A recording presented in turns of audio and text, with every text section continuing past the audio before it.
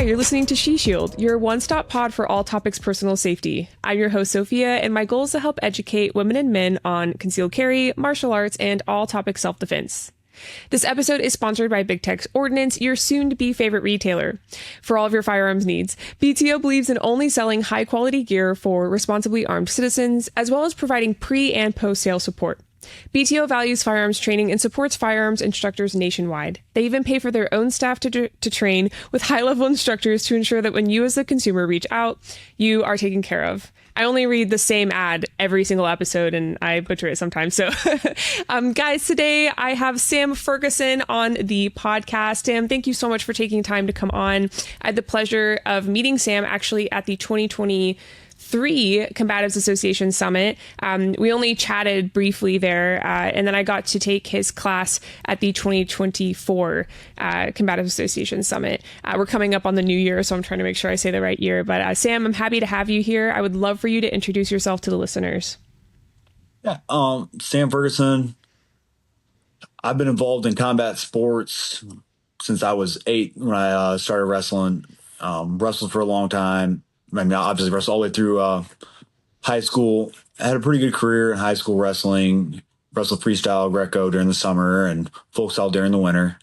And then whenever it came time for me to go to college, I decided not to wrestle because I was 215 pounds and the weight classes in college are 197 and 285.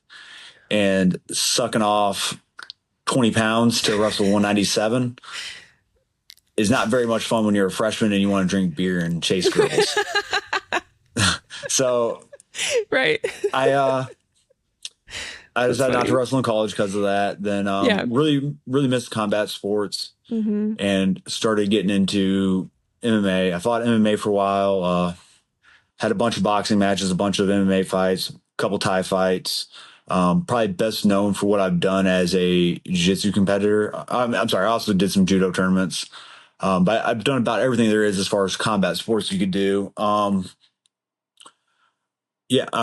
I'm probably best known for my jiu-jitsu competition, right? I've medaled at Nogi Worlds as a purple belt, brown belt, black belt. I haven't competed at Nogi Pans as a black belt yet.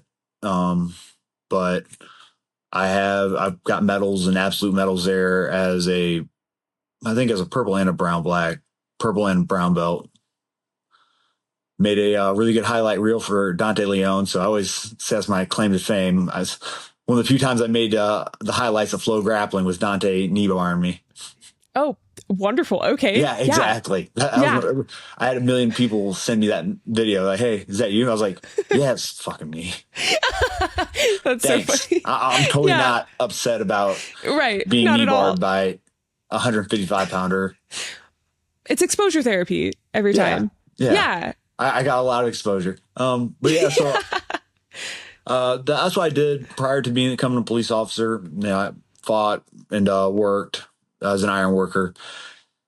Then once I became a police officer, I'd already kind of been exposed to a little bit of the shiv work stuff because me and this guy, Larry Lindeman, who's one of the OGs of shiv works, were white belts together. So I kind of got exposed to a little bit, not very much of the shiv works curriculum, but I started to get exposed to it. Then whenever I became a cop, I was like, hey, Larry, I'm a cop. I'm not very happy with what we're being taught in defensive tactics. He goes, you need to go train with Craig. And so I took a bunch of classes with Craig.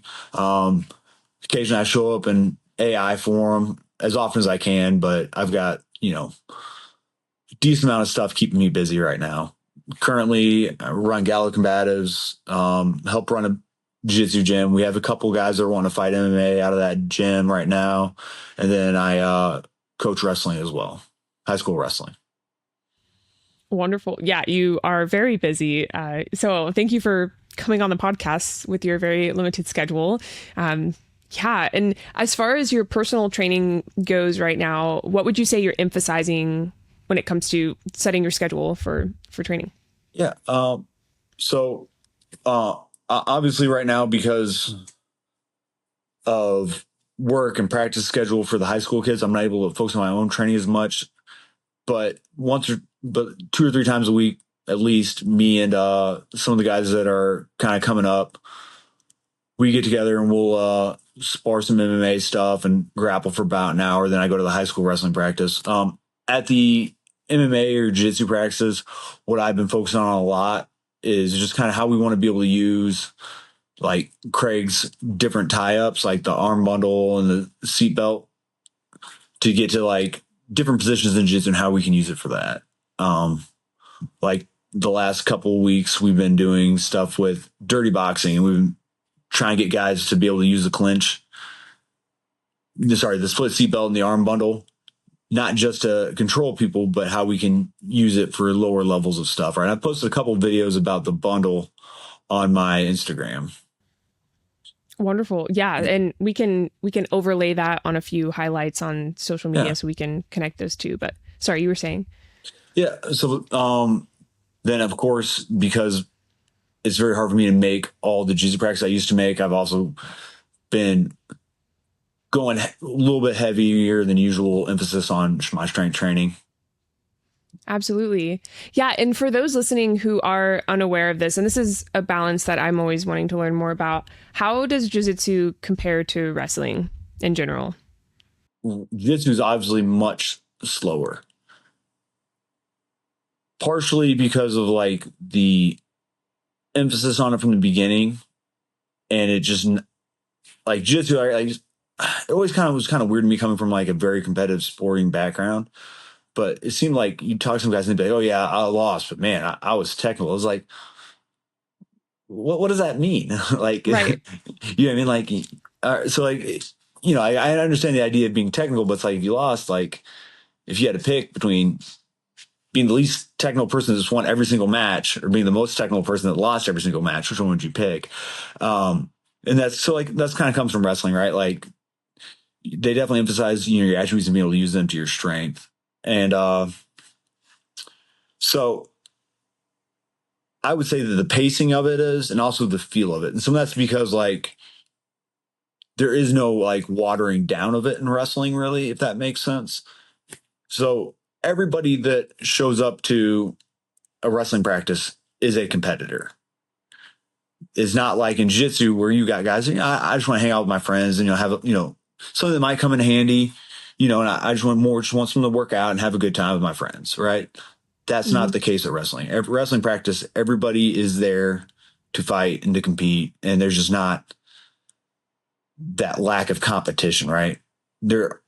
Unless you guys like you say we're gonna have like dedicated play wrestling rounds, we are going to be going hard the entire time, right? And it feels to me much more like a fight. Like I'll still show up. It's been a while, but whenever I was fighting, I would still show up and do like college open tournaments occasionally. And I would come out of like those wrestling tournaments being more like physically marked up than I would after some of my MMA fights or some of my boxing fights. It was just like, it's just much more intense than jiu-jitsu. And some of that's because, you know, the odds of injury are like, as far as like catastrophic injury, like arm breaks, are significantly lower. So you don't have to have as much control for your partner's sake in wrestling as you do in jiu-jitsu. I would say that's the main thing is how much, like how hard you can safely go, the age and the like intensity of it, because everybody's competing, right? Like I'm sure that whenever you're training jiu-jitsu, you know guys that are just there for a good time and to hang out with their friends. And then there's guys that are like, no, like pans are in 2 weeks. I need to be going hard. And just the difference in that role is the difference between wrestling and jiu-jitsu. And also another thing I would say that is a big difference cardiovascularly between the two of them is the amount of up and down, right?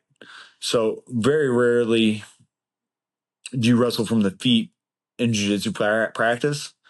And you very rarely, even much less so, is like you don't ever think about, I don't want to get to a guard. I want to get back to my feet, right? While in wrestling, it's a constant grind of getting back to your feet and or holding that person down, right? There's very little of guys stalling on bottom and just being like, I'm just going to ride this out. Like it'll happen, right? Of course, as you get tired or if you're just up and not worth taking a risk.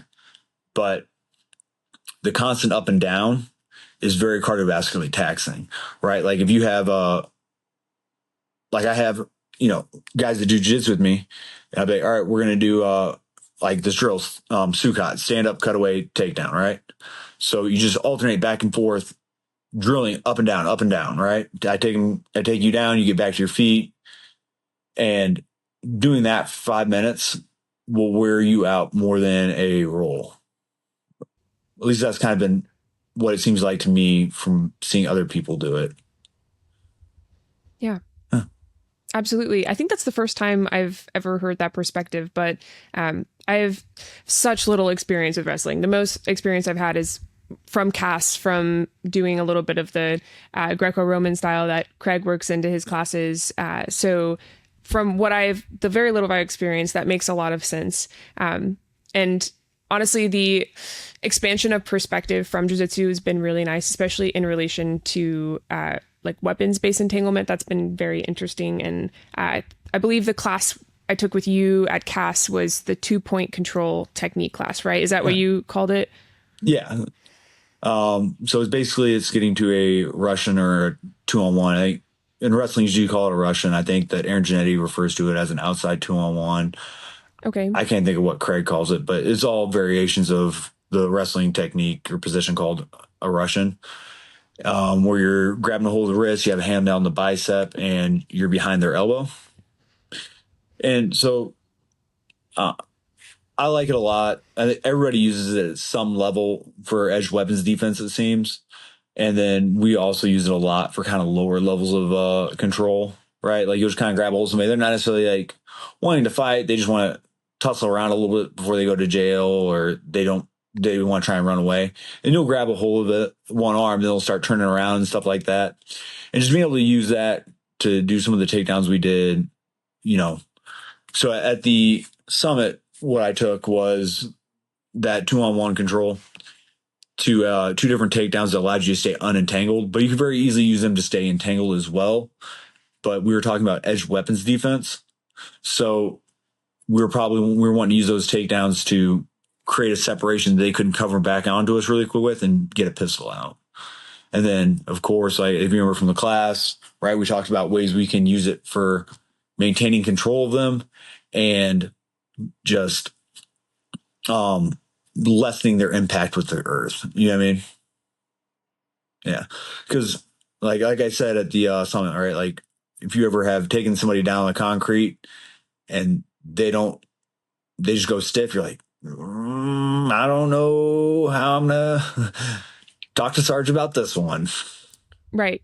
Absolutely. Yeah. And your class was technically more oriented towards law enforcement officers, right? People that had to submit. No. Okay. No. Yeah. So that class was just an edge weapons class, right? Edge weapons defense. There is I think that, of course, most of the stuff we do is going to be a little bit more pertinent to police because they're more likely to have some of these encounters. You know what I mean? Right. Yes, absolutely. But at the same time, like, everybody needs to be able to protect themselves. And just because, they don't need to know anything about cuffing or maybe some of the controls that I teach as far as on the ground. But it's still useful stuff for them to know. Absolutely. Absolutely. And what would you say makes the method of the arm tie particularly effective in real world encounters? Sorry, it's a hard phrase. So I think that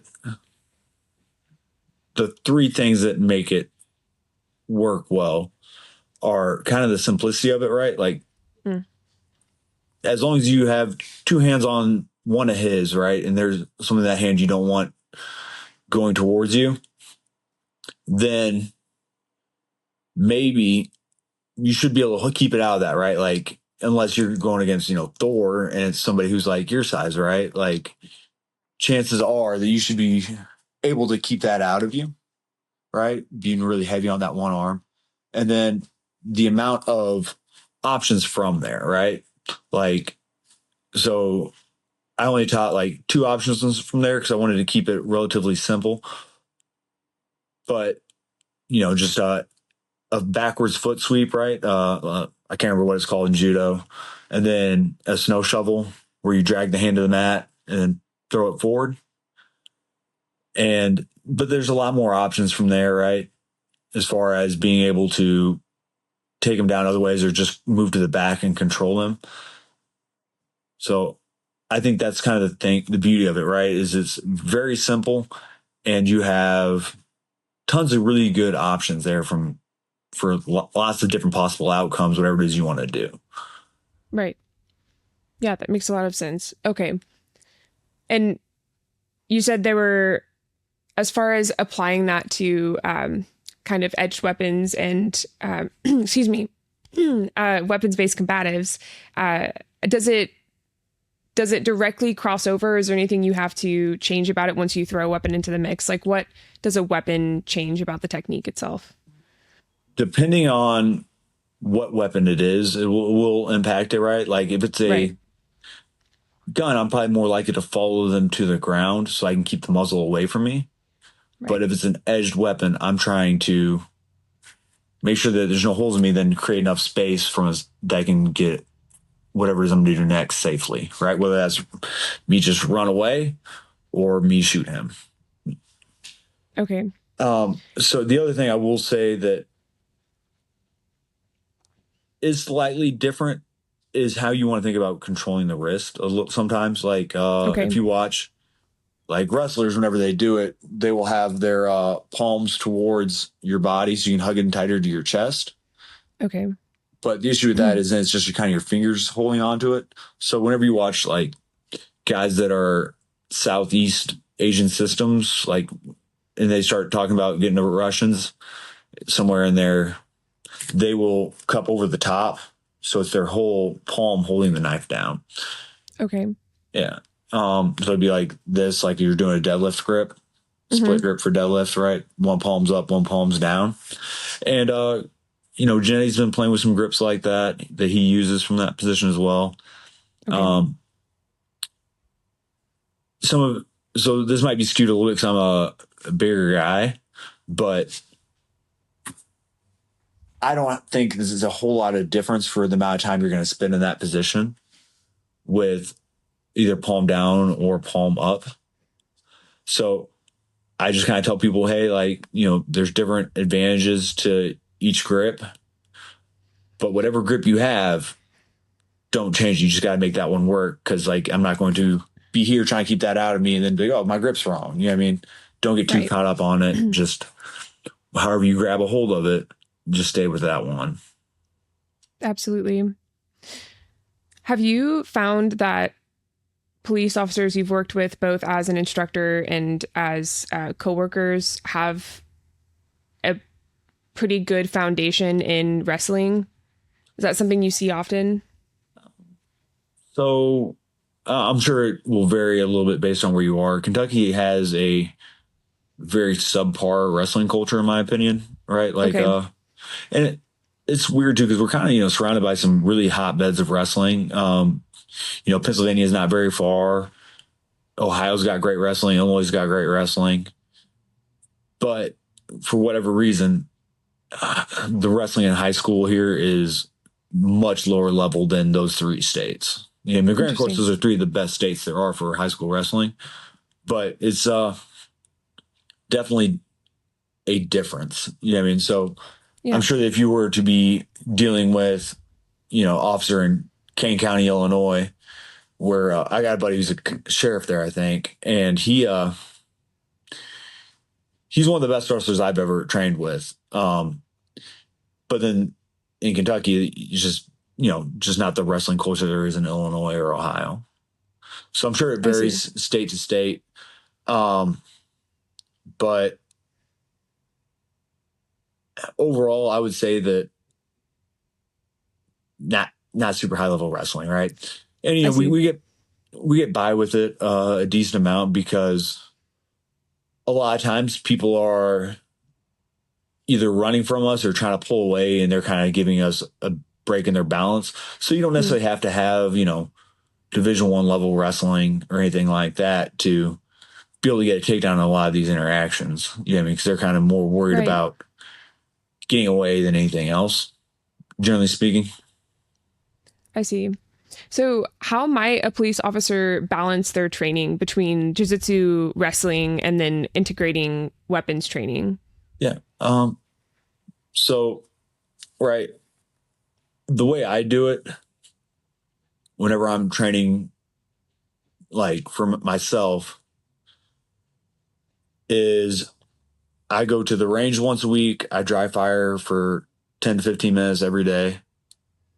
And then I go to jiu-jitsu practice 3 to 5 times a week. Right now, I'm at wrestling practice 4 to 5 days a week. And that's how I would do it. And then whenever it comes to like grappling in the weapons-based environment, what I do is the last week of the month, so a quarter of my training time, I will devote strictly to grappling in a weapons-based environment. Like we'll do some stuff randomly throughout, you know what I mean, dealing with weapons. But I think that 99% of your uses of force or your fights are going to be empty hand problems, right? So you should probably do that more than anything else, right? Like not everything is going to be a weapon problem, either them producing a weapon or you having to produce a weapon, but you need to be ready for it, right? So Right. like we were talking about with what I've been doing lately is we've been talking a lot about how I've been kind of repurposing a lot of Craig's stuff for dirty boxing, right? And just ways to use that to disengage, right? Because you're not going to, by the time you realize it's a weapons problem, it's probably too late to think, I need to get to a split seatbelt, right? So it's best off if you, whatever, tie up or bundle or back take it as you like, if you just go ahead and plan on using that from the beginning. You I know what I mean? see. Using Okay. that Yes. to get to whatever it is you like to do. I think we talked about, I think I already mentioned it once, right? But I've been putting out on Mondays a bunch of a video about a position, how we can use it. I haven't talked much about dirty boxing right now because right now we're just working on, at least on the Instagram, right? We talked about how we could use it to access a weapon. Hmm.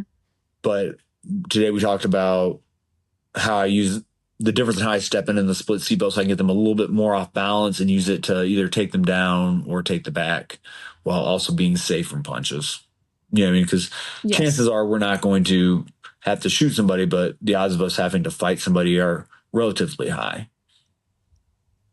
I see. And as far as weapons access, so accessing your own weapons, or just so you're maintaining control of their weapon, how can someone train when it's appropriate to deploy their own weapon? So pulling your own duty weapon, or maybe someone in a situation where they're concealing appendix. Yeah. So like, right, so like it's a little bit different dirty boxing, right? But like if you're using the split seatbelt or the bundle to dirty box, right? That hand that is hitting him while you're controlling his other two limbs, that's just the hand you use to get your pistol out, right? And just having the freedom use of that hand to do whatever it is you need to do. This is an important thing to do, right? And also I think that another good thing about, doing dirty boxing is it's, relatively safe, especially if you have a good partner, because you're too tied up with each other to get super hard shots usually, unless you're Mm, playing elbows. Um, but it just reminds you that if I don't control that hand, something bad's going to happen to me, right? Whether it's me get right. punched or maybe he accesses a weapon. So I think that just getting used to the idea of dirty boxing, specifically, like we do a lot of dirty boxing off the wall, you know what I mean, is a Right. really good drill to do a lot of. Makes sense. What concentration of your training instruction goes into civilian compared to law enforcement right now? So most of the classes I teach are going to be primarily civilian classes because the Okay. groups that it's an easier market to break into, for lack of a better term. And then also that's just kind of like most of the people I know. Like I know a lot of cops, but a lot of the people who like will have me in for seminars are just gym owners. Like, hey, I want to do more self-defense type stuff. I want to get this squared away for my guys because, nothing worse than losing a match I mean, winning a match and, at the IBJJF and then losing the fight in the parking lot. Absolutely. Yeah. Yeah. So I think that, well, I definitely think that sport jiu-jitsu is awesome and, sport grappling in general is great. I love it to death. But whenever you're first getting into, jiu-jitsu, you're probably thinking, I want to be a fighter or I want to be able to protect myself, right? And you have to keep that at the forefront of your training. You know what I mean? You Yes. can focus more like whenever you're getting ready for a tournament or something like that or a fight, whatever it is you're going to be focusing on for that little bit. But you do need to keep it going back to how am I going to use this when it actually matters at whatever speedway parking lot you like to fight at. Absolutely. That makes a lot of sense. Yeah. What's the Chris Howder quote? Train sport, practice the art, think of the street. I can't, it's something like that. That sounds right. Yeah. Train sport, practice the art, and remember the street or something like that. Okay. Chris Howder, I'm sorry for butchering your quote. That's okay. We'll put it in at least in the show notes, or we'll throw it in if we highlight this on social. We'll put the quote down. But it reminds me of I just had Scott Jedlinski on the podcast, and it reminds me of kind of what we talked about with competition shooting compared to practical concealed carry shooting, and really defining your why as far as like why are you carrying, why is firearms training even important to you, and then kind of building a routine from there. Yeah, that makes sense. And then of course maintaining a healthy body to actually be able to protect yourself, not injuring yourself during training. And I would assume competition has a higher propensity for injury, right? So, competition training compared to like everyday training. So I'm trying to think of all the injuries I've had. I've had 2 injuries in competition that still kind of linger with me a little bit. That happened in competition. I don't think I ever got hurt in competition training. You know what I mean? Like whenever we have comp class, but I would randomly get hurt doing strength training because like for a while there, strength training was very much secondary to what I was doing. Right. And then I would also get hurt trying or like get a little dinged, not necessarily hurt, but just a little bit dinged up from trying to roll super gently with somebody who was new and kind of spazzing. It's like, all right, like I gotta do my best to like keep them coming back and, not too much pressure, just let them work, you know what I mean? And then whenever I would do that, that's when I would find myself just getting like, cause I'd be trying not to like put my weight on them or something like that. That it would end up causing me to have a little injury. Oh man. Okay. Are you in search of top-notch gear that exceeds your expectations? Look no further than GPS, brought to you by Go Outdoors Incorporated. GPS has been dedicated to crafting the finest products for hunting and shooting since 2002. As someone who frequents the gun range, my GPS bag is a staple to safely and effectively haul my gear. My personal favorite is the GPS Tall Range Backpack, which makes walking USPSA stages simple and organized. Their specialized bags are designed to keep all of my valuable equipment secure and organized. With GPS, you can experience the ultimate peace of mind. There are 3 exciting product lines: GPS Tactical, GPS Wild About Hunting, and GPS Wild About Shooting provide the perfect solution for your specific needs. So whether you're on a hunting expedition or hitting the range, GPS is your reliable companion. To find a bag that fits your needs, use code SHESHIELD20, that's SHESHIELD 20 to save and to support the pod. Again, that's SHESHIELD20 at checkout. Yeah, so like I would just like be stepping through, or they wouldn't be where I thought they'd be, or something like that, and I'd be like, just twist my knee up, like. But that's been my personal experience in it. Absolutely. As far as chances for injury, would you say there's a difference between wrestling and jiu-jitsu? Yeah, definitely. So some of that is the intensity that they go at, right? And then the other thing I would say about that is just on your feet in general, there's much more chances of injury. You know what I mean? Because like you have to post more and your legs kind of get a little bit more tangled up with each other. Right. Yeah. Yeah, that makes a lot of sense. Okay, that's good to know. This is super interesting to me as someone who doesn't have much of a wrestling background. And people will ask me what the difference is. And I hate to admit this, but for a while there, I actually answered that question. And I can't believe I answered that question. And I talked about like the difference They're between. asking because they want to know what you think, right? I mean, yeah, but I didn't think what I was thinking at the time was not very accurate, so I won't repeat it here. But Okay. This is very helpful. I can point them to this episode now. So that's the goal. It's totally a selfish endeavor, but no, that's super good to know. I had a question kind of queued up for you, and it's totally understandable if you don't want to answer that today. I read on the Combative Association website that you were technically a third shift patrol officer. Is that correct? Yeah, I was third shift for the last 4 years. I just switched to being a bike cop. And before everybody starts making fun of me. No. I've heard of bike copping. It's yes, go ahead. Explain. So it's a relatively flexible schedule. Oh, nice. Okay. Yeah, which is very nice for me. And the other advantage, or so like the real thing that appealed to me about it was working the bars, right? So like I worked the downtown and the bars, and so there's just a lot more action that happens there sometimes in on patrol. Was kind of how they sold me on wanting to go to the unit. Gotcha. Okay. Yeah. And would you talk about the qualifications you have to have for being a bike cop? Because I've heard of the training and the tests that go into the bicycle portion of it, not the bicycle, the maneuvering portion of it itself. So we had to ride a solemn course. We have to go in and out of the cones. Then there was like a yard by yard box that we had to go through it and stay inside it for 4 revolutions. And that one was really hard to turn it's like basically like as soon as you got your bike straight, it was time to turn again.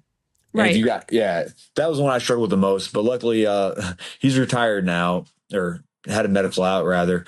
The guy that helped me pass that portion was a really good dude, great instructor. His name's he goes by Zag, but yeah, he just medicaled out, and he managed to get me to limp through it through the little turn thing. I hated that drill so much. I don't blame you at all. Yeah. Yeah. And it's funny because we had the class before me for the bike school. They had he was an older sergeant at the time, but he was like, I want to be bike certified. And so he was taking the course, and he'd already been shot twice in the face at this point, and, didn't medical out. He's, fine, Wow. But he went over the handlebars and tore his labrum and during bike school, and had a medical out over it. Oh my God. Yeah. So, oh no. Yeah. It's like, that's not cool. Shot in the face twice, I think. You know what I mean? And just shake it off. Rub some dirt on it. But bike school, that's what got just him. like that. Yeah. We've never had this perspective on the podcast. I've never gotten the chance to talk to someone about that. So it's really interesting. Yeah. I mean, so it's just different. You're always going to have injuries, but the bike school is notoriously hard injury wise on people. Absolutely. I'm going to be completely honest with you. I debated if I should admit this or not. I don't think you're talking about a motorcycle. No. Talking about bicycles. Yeah, bicycles. Oh, okay, great. Yeah, so initially I thought bicycle, and then you said something and I was like, shit, is he talking about motorcycles? Yeah, I'm a pedal bike cop. I don't get on motorcycles. Okay. I've seen too many people die on those. Yeah, okay. So, oh God, I'm actually so glad I asked. I was almost too embarrassed because I was like, shit, he means no. So a motorcycle. Okay, no. So like we're on bikes because like a lot of times it's just easier to bike from one fight at a bar to bike to the next. You know what I mean? Oh, yes. Yeah, and so also like much you just weave in and out of traffic on that. Yeah. I've actually heard that it's a super stealthy form of being a police officer. Like, you are able to infiltrate and move in and out of places. Oh, yeah. Unlike other, like, unlike a cop in a car. Yeah, definitely. It's a lot easier to sneak up on somebody when you're not in a big white billboard. Yes. Yeah, that's what I've heard. So I love that we're able to bring that onto the podcast today. And as far as the qualifications for cycling and like how far you're supposed to be able to ride, and what does that look like? Do you have any quals there? Yeah. So the quals that were difficult for me were the like skills quals. I don't remember how far we had to ride. I think that one day we did like a 14 or 15 mile ride, and gotcha. That wasn't super hard. I'm in good shape and relatively strong. So, but I'm not super technical on a bike. So the technical skills are the hard part for me, but just right. Just grinding through, I could do okay. Oh, absolutely. Yeah. Do you feel like you're more tired by the end of the day compared to before? So we're not always on bikes. You know what I mean? So like some days we'll go on like 5 or 6 mile ride, just more so for exercise. And then whenever we're working, because like most of our bars are in a like 4 block area. And so because of that, we mainly just will camp out between the 3 busiest bars and talk to people there, and then go right off whenever something happens nearby.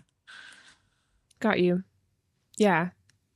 No, that's so cool. Seriously, I didn't even think we were going to get to talk about this today. So I'm really glad we got to, because I've only heard this recently. This is someone who I'm pretty close with. He's a police officer, and he was telling me about that unit, and he was like, people don't understand how stealthy they are and how they can do things that like the others can't. So super cool. Oh my gosh. Fun. Yeah, absolutely. As far as like, this is the last question I have about that. This is out of just plain curiosity. Is as far as your kit goes, like, is it difficult to like ride with your kit, like your entire, your belt and your holster and your mags? Like, that's not super difficult. Interesting. The one thing that I will say that is annoying about the bike is that, you don't have as much space to carry all the stuff you might need. So like I just have, like a gunshot trauma kit, and what else do I have in there? Then I have like a couple citation books and some other like parking citations. But most of my stuff is just you just don't have as much stuff with you that you think might be necessary as you do when you're in your cop car. But, absolutely. Yeah, makes sense. Awesome. Well, thank you for sharing that perspective today. So I know earlier we pivoted because I wanted to learn more about this, but since you've developed a deep focus on combatives and arrest tactics, do you feel comfortable sharing an example where your training in edged weapon defense or combatives directly impacted an outcome of a dangerous situation on duty? Is that something you could share? Yeah, so I haven't had anybody actually succeed in getting a knife out. Okay. One time this is when I was on, most of my stories from when I was on third shift. We were out with a guy who was, so like they smoked this stuff, synthetic marijuana we call it Ren because they call it Serenity. It's basically, do you remember like Spice from back like in the mid 2000s? Spice from the No, I was also born in 98. So, oh God, I'm sorry. All right. Well, I'm a little older than you. I don't know. When you say mid 2000s, do you mean like 2007 is kind of whenever I had a bunch of friends doing that. Okay. Gotcha. I don't know. I don't think I've heard of it. It was like Spice. The beginning of like bath salts. Do you remember all this stuff from Florida a couple years ago? Oh, absolutely. Yes. The right, zombie. So it was kind of like the B version of that. Okay, gotcha. And that's what they're smoking. And so like dealing with them when they're on that is very difficult. But yeah, we ended up wrestling with this guy for a while. And somehow whenever we were wrestling with him, and there's no way like, I don't know how this knife materialized, but we were wrestling with him, and all of a sudden he was laying on top of a freaking butcher knife. And so we drug him away from it and just threw the knife. Like, all right, like, I don't really know what else to do with this right now. Right. So we just like drug. So I'm trying to think. I don't remember how I had control of him, but I had control of his arms, something like that. So we just drug him away, and like I grabbed the knife and chucked it further into the yard. Oh, nice. Okay. Yeah. And then there's another time. This is one of the stories I talk a lot about in my pinning a weapons-based environment class.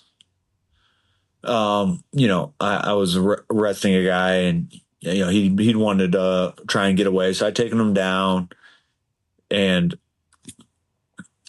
he kept on reaching into his waist, which was fine because I tracked the hand. At the time, I was using Kimuras to cuff people, and I ended up, getting the Kimura and getting the second hand and cuffing him up, which is fine. But it didn't really cross my mind at the time because I was a new cop and hadn't done as deep of a dive into the weapons-based stuff. And I don't know if it just didn't pop in my head for whatever reason. I was like, I didn't think he was going for a gun. I was like, hey, whatever, he's trying to get an underhook. And I followed the hand and used the Kimura. And then whenever we were searching him, he had a gun that had fallen down into like his taint area. And so the main reason, not the main reason, right? Because I'm sure I'd been able to control, I tracked the hand, but the only reason why I didn't have to shoot him was because he didn't have a holster. It just slipped down his pants. If he'd been having a holster and was, a responsible bad person, right, I probably would have had to shoot him. Yeah. Oh my goodness. And you just found it down there? Like he didn't admit that he had it? You had to search? Yeah, so we were searching. I was like, do we miss anything? He's like, yeah, there's a gun in my pants. I was like, thanks. Because cool. I'm sure that I was, fired up after having just, wrestled this crackhead. And yeah. So yeah, it's interesting. Those are like my two main stories. Okay, yeah. Well, thank you for sharing those because that is a vulnerable topic. And yeah, thank God he didn't I don't know. Yeah. Conceal better. Nobody tell him about Henry holsters or tentacles. I was just about to say that. No shit. I was just about to bring up Henry holsters. That's so funny. I was going to say, thank God he didn't have the Enigma or something that would have absolutely kept his pistol in shape or in place. So yeah, that's so funny. Yeah, I love that. I'd like to pivot a little bit to teaching philosophy. You've stated that you've worked with notable experts like Paul Sharpe and Craig Douglas. How has their guidance influenced your instructional approach, and what key principles have you incorporated into your own teaching philosophy? Craig does a great job of commonality techniques and everything working well together, right? To be honest with you, I would say that the person who has probably been the biggest impact on how I teach, because I train with Craig, 5 to 10 times a year at most, right? Probably 5 times, right? So I'm with Craig for 200 hours a year or whatever it is, right? Right. But whenever I was coming through the ranks, my jiu-jitsu coach Carlson Jr. He is probably had a much bigger impact on my coaching than Craig has, just because I spent, I can't even tell you how many hours with him, right? Right. Whenever he was in town, I was with him for, 10 to 15 hours that week. And then he would be, Absolutely. So I would say that juniors had a bigger impact on my teaching than Craig, because the way junior very methodically goes, from point A to point B. As far as just how everything flows very, very well together is something that I really appreciate about learning from junior. That's wonderful. The thing that I think that Craig has helped me the most with is the professionalism, and it's still, you know, an ongoing project of like the professionalism of like how he talks now, everything is the same and very consistent class to class, right? And I have I probably actually gonna make him mad because I didn't have my intro speech rehearsed well enough that it was the exact same as it is the last couple times I gave it. But you know, he's helped me a lot with just the professionalism of my delivery, is what I would say about Craig. And you know, Larry's helped me a lot with that as well. I talk to Paul a decent amount. You know what I mean? Like we'll message each other, you know, every couple months or something like that. But I talk to Craig and Larry more than I do Paul these days. What was I gonna say? Yeah, I would say that the professionalism of Craig's delivery and how every word matters, how everything ties in very well together, and how consistent he is, has been my main takeaway from being around Craig. Then my main takeaway from Junior is how everything leads to the next thing, right? It's always, you know, A, B, C, D, right? We're going to go through these 4 steps, you know what I mean, based around their reactions. So that methodology of that is been a big deal for me from Junior. And then my delivery, as far as trying to use the appropriate vernacular, that's a big word for Craig. He likes his big words. Yeah. So I think that just the professionalism of the delivery and how he has very good descriptive words that mean exactly what he wants them to mean has been my main takeaway from Greg. Absolutely. Yeah, he does articulate very well. Yes. Yeah. Absolutely. No, that's wonderful. I think the thing I'm curious about the most next is how you would guide someone who is so new to the combatives world to shape their training for what they need. So I'd love to start with the civilian and then move on to the law enforcement officer who might be listening to this episode and want to know the steps to take to start branching either more into combatives or to find the right formula for them between things like striking arts, if you're willing to speak on that, you know, jiu-jitsu, wrestling, edged weapon training. Do you have any type of formula and perspective you'd like to share on that? I would say that whatever you pick, as long as there's a competitive element to it, will probably be okay. Right. Okay. Like, I think that wrestling is the king, right? That is what has produced more UFC champions than anything else. And it also produces, you know, just a level of toughness, I think, that you may not see out of your standard jiu-jitsu guy. But that being said, there's no real wrestling schools for people in their 30s, right? So because of that, you just have to kind of take what you get, right? Like, I think jiu-jitsu is great. But you have to remember that you're going to have to do things slightly different, right? Like, you know, if you have MMA classes at your gym, you know, hopping into an MMA class occasionally. What I would recommend is, you know, at least once a week, you know, going to a boxing class. You know, you don't have to spar or anything like that, but getting some bag work in, some pad work. Then 2 or 3 times a week, I would be on the mats, and like, you know, you want to be a part of the class and do what they're doing, but you have to kind of think about how you want to control just with different end states in mind, right? Like, so one of the things that like I'm not a big fan of for the weapons-based environment is moving to mount. You know, like it's great for sport jiu-jitsu. It's great for MMA, but it's much harder for me to disengage from mount than it is me to disengage from side control or knee on belly. And also, as far as being able to control him, control his limbs, access my weapon, or see if he has a weapon on him, right? So like my pinning in a weapons-based environment class is all about different pins from side control that keep him from accessing a weapon. And, at the end of, and then like how we can use those like different arm controls to get a frisk on him so that whenever we are getting ready to, move about to the next part of our day, whether that's to fight his friend or to get on our feet and run away, we want to make sure that he doesn't have a gun, right? Like another story from the bars was we had a guy who there's two guys, mutually combatant, right?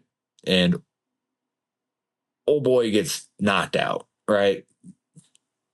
Regular fist fight, he loses, and then his friend's like, all right, hey man, we need to leave before the cops get here. And as soon as he started getting him off of him, the other guy who just got knocked out comes up with a pistol and starts popping rounds off. Yeah. So like, that's kind of one of those things like, before if it's possible, right? Like, time dependent and all that stuff, right? You don't get to necessarily pick how the fight's going to unfold. But if you have a chance to be relatively certain that he doesn't have a gun or a knife before you, leave to go wherever is next in your life, whether that's your car or just to a different place, you know what I mean? It's handy to make sure that they aren't going to come up and shoot you in the back. Absolutely. So, and then for police, most of the stuff you're going to do to cuff is going to involve you going two hands on one, and you don't want him to take that second hand and get the gun out. Right. Right. So before I try and cuff somebody or disengage in a training environment, if it's possible, if I have the time and all that stuff to do it, I try and put a quick frisk on them or pat down of their exterior body to make sure they don't have a weapon. Does that make sense? Yeah, it does. Yeah, absolutely. Yeah.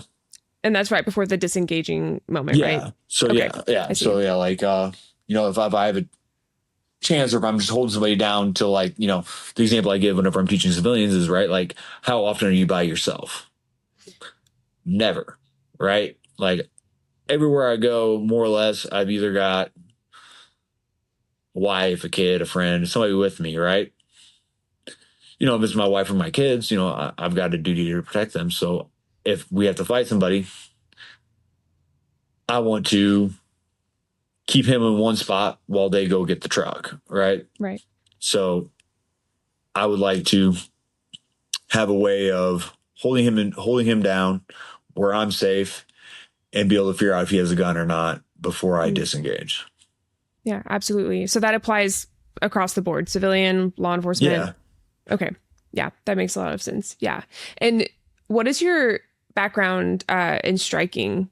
You mentioned going to MMA. What have you done there? I think I had I think I had 8 boxing fights, 2 Thai boxing fights. Wonderful. Okay. Yeah. You said Thai? Yeah, like Muay Thai. Okay, wonderful. Making sure you were talking about that. Yeah, absolutely. Yeah. And so has Muay Thai been your primary style of training for striking? No, I would say more so boxing. More boxing. Okay.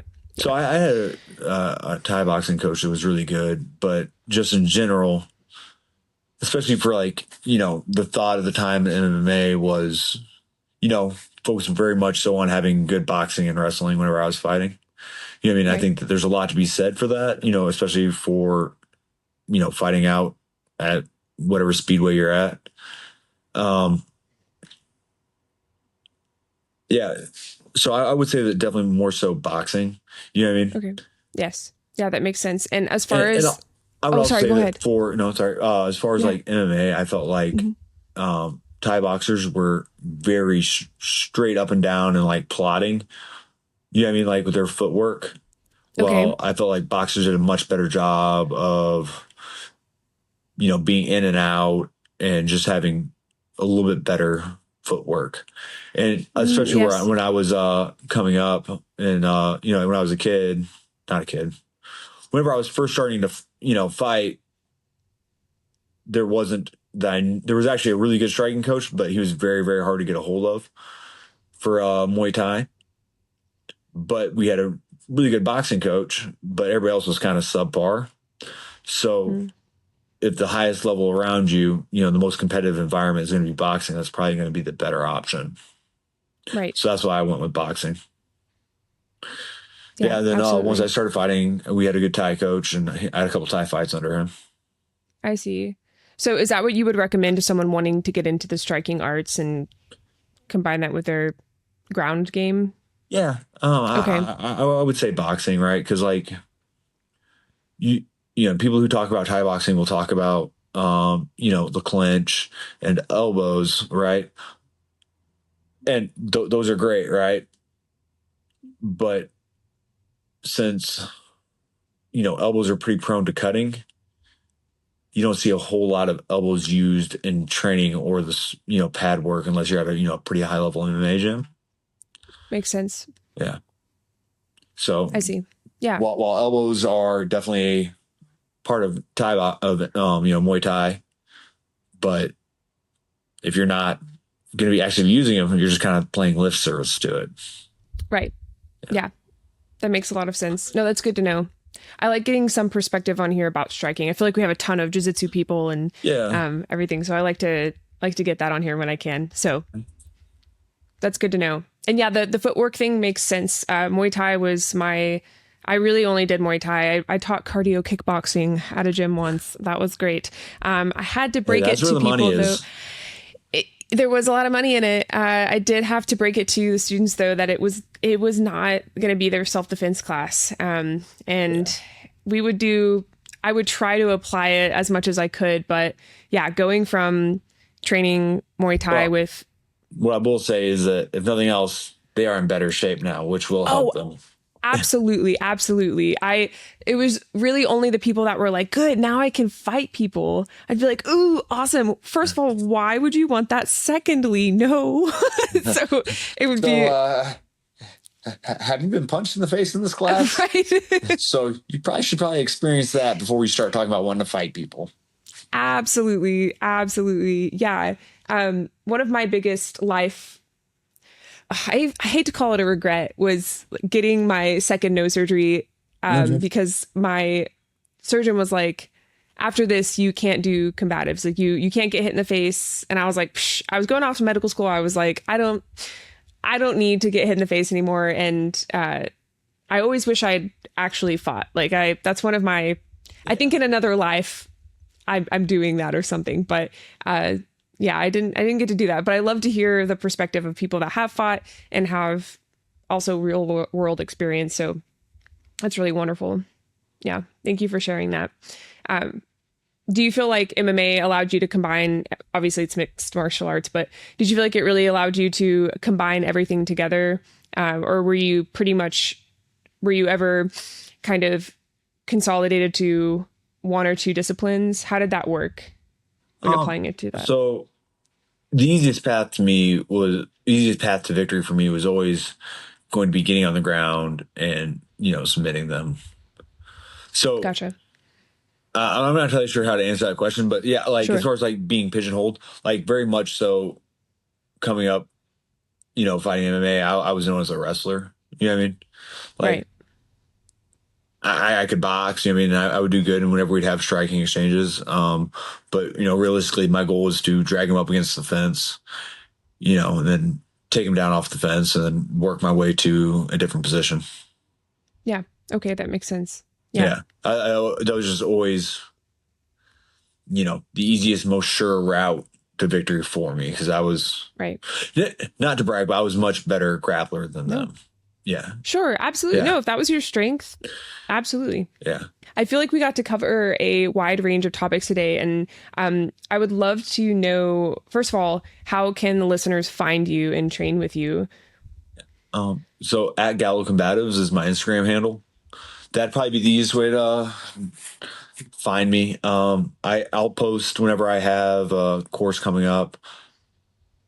I think that right now, the next time I've got set up right now because I've been so busy with everything else for the last couple months that I haven't got anything planned for the next year. Besides, I'll be at Janetti's uh,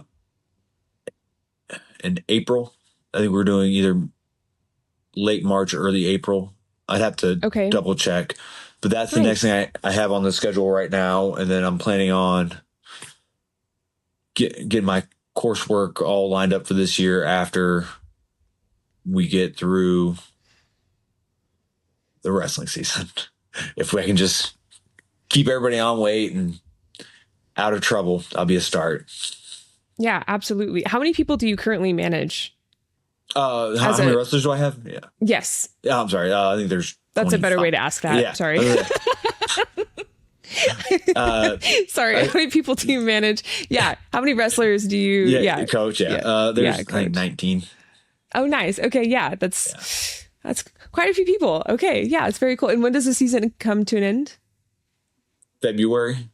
Okay. That's good to know. I don't even know what football season is. So I think that the state tournament, and we'll have a couple guys that will, might be wrestling for state. They probably be wrestling for state titles, but they'll probably medal. Okay. That's exciting. Yeah. Yeah. And I want to say that first week of March or so is usually the state tournament. That's wonderful. Yeah. After that's done, I will be ready for that. Wonderful. And I'm assuming you'll be at the Combatives Summit 2025. Yeah. I'll be there. Awesome. Very cool. Yeah. Yes. Last year, friggin' John didn't, take into account my jiu-jitsu schedule, but he, the no-gi pans were the same weekend as the summit. So. Oh man. Okay. Gotcha.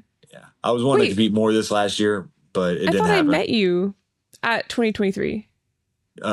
Yeah. So. I did. Yeah. Yeah. So 24, the pans were at the same weekend as the summit. Either the same weekend or like right around then. It was like, I can't be away from my wife for 2 weekends in a row. Oh yeah. No, I don't blame you. Yeah, absolutely. Yeah, she gets mad when I'm not around. She needs a punching bag. That's understandable. Oh, that's so funny. Are you okay? Blink twice if you need. No, that's so funny. That's good. No, it's lovely. Yeah. And you have 2 sons. So yeah, makes sense. Yeah. Family is important. So it's really easy in this industry to just like either travel and teach or travel and take classes and just be on the road constantly. So having a goal and communicating with family, oh my gosh, sounds like you've got it down. So no, trust me, I don't. Okay. Well, you just have your boundaries of like, I don't want to be. I'm slowly figuring out the boundaries. Okay, good. Yeah, no, that's lovely. It's a work in progress. Of course. Yeah, absolutely. We're always learning. No, it's wonderful. And any other goals for 2025 that you have or anything you're excited for? It's right around the corner. Can't believe it. It is. So, personal goals are I want to start actually meal prepping and start doing a good job of. So, in my defense, a lot of it's been good weight, but at the summit, I was 235. Okay. And I was like, this is the heaviest I've ever been.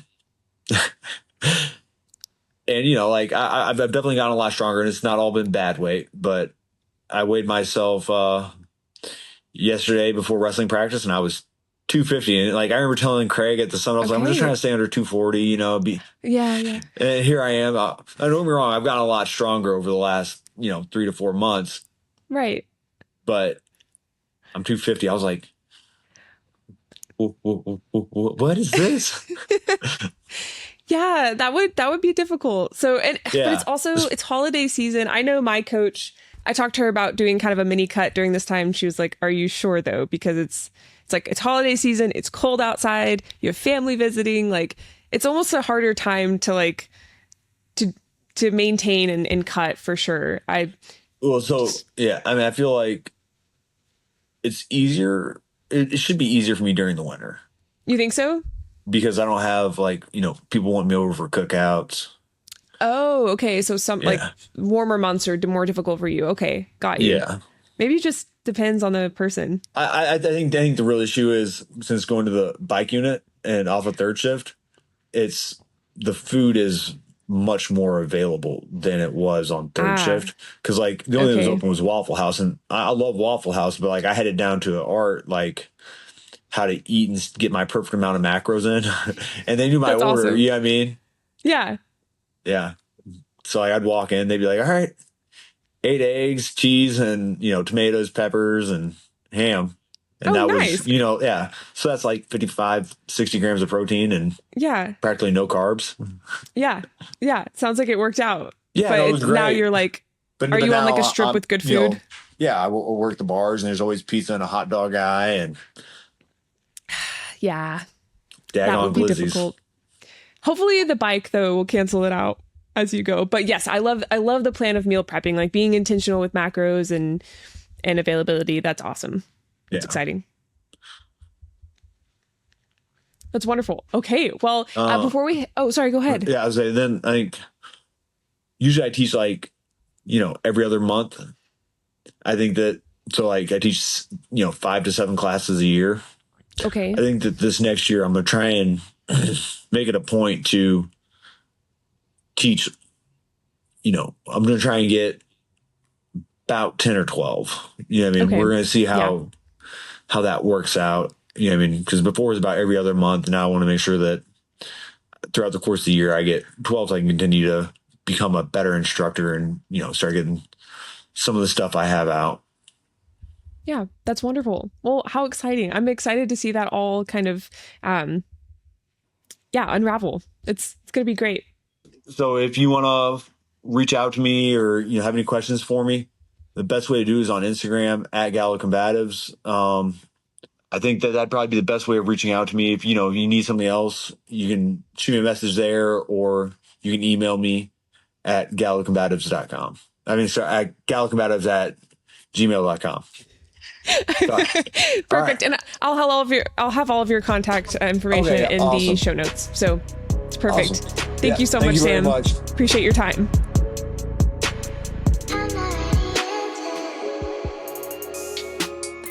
Are you ready to step up your shooting game? Introducing Walkers Inc., the pioneers in ear protection for shooting, hunting, and commercial applications. For over 25 years, they've been revolutionizing the industry, ensuring your hearing safety and enhancing your shooting experience. Anytime I'm on the range, indoor or outdoor, I use Walkers ear protection to have crystal clear communication with my fellow shooters. I personally use the disruptors for outdoor shooting and the recons for my indoor shooting adventures. Not only does it protect your hearing, but it also protects you. Being able to communicate with others on the range is vital to personal safety. You shouldn't have to sacrifice your safety when the ultimate goal is better self-protection. With Walkers, you'll experience unparalleled comfort, unmatched innovation, and the industry standard in shooting ear protection. Don't settle for anything less when it comes to your safety and enjoyment on the range. You can save on Walker's ear protection and support the podcast by using code SHESHIELD20, that's SHESHIELD 20 at checkout. Again, that's SHESHIELD20 at checkout.